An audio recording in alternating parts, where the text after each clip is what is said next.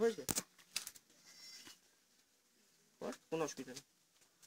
হ্যাঁ, আপনারা এখানে কি বানান, আপনাদের সম্পর্কে বলুন, আপনারা কি করেন এখানে? আমরা তো রাভা, আমরা রাভা জাতি, বলতে গেলে আদিবাসী আর কি। যেটা আপনারা দেখতে পাচ্ছেন এটা হচ্ছে কাঠারি একটা তাঁত, এটা বহুদিনের কাঠ। আর বলতে গেলে এখন প্রায় নষ্টের দিকে চলে যাচ্ছে এখন। আর এটা যেটা কাপড় বুনতেছে বোনেরা বা আমার বিশেষ, এটা কিন্তু মেখলা বলে এটাকে। একটা তৈরি করতে গেলেই মোটামুটি এক সপ্তাহ এরকম সময় লাগে, অনেক সময় লাগে। কেননা ওখানে আপনারা দেখতে পায়নি, ওদিকে আছে ওটা একটা ফুল সিস্টেম করে আর কি। এটা যদি দেখছেন, দেখতে পাচ্ছেন ফুল সিস্টেম করে, এটার জন্য এটা অনেক সময় লাগে। আর আমরা চিন্তা করছিলাম এটা ছাড়া যদি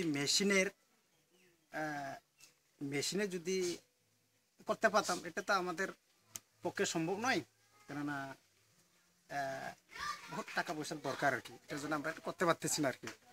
এটার জন্য আমরা এই কাঠ দিয়েই, পুরনো কাঠের তাঁত দিয়ে আমরা কাপড়টা বোনা প্রায় বুনে আসতেছি আর কি। এটা দিয়ে আমরা তাতে একটা মেশিন হলে আপনার একটা কাপড় বুনতে কতদিন সময় লাগবে, মেখলা বুনতে? মেখলা বুনতে সময় এমনি সাধারণ হইলে, যেটা আমি বললাম যে ফুল যদি না গাঁথি তাহলে এটা তো ধরুন 2 দিন 3 দিন লাগে।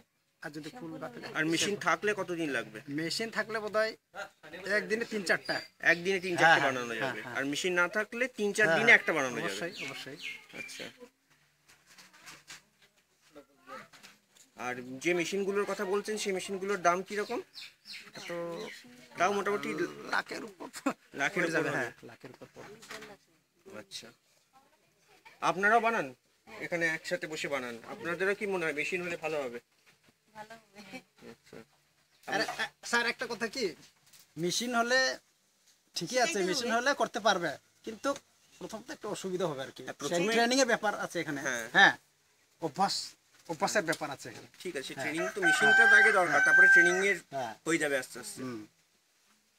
ঠিক আছে, এখানে তাহলে একসাথে অনেকেই বানাতে পারবেন, আপনাদের আয়ও বেশি হবে। হ্যাঁ হ্যাঁ হ্যাঁ। ধন্যবাদ।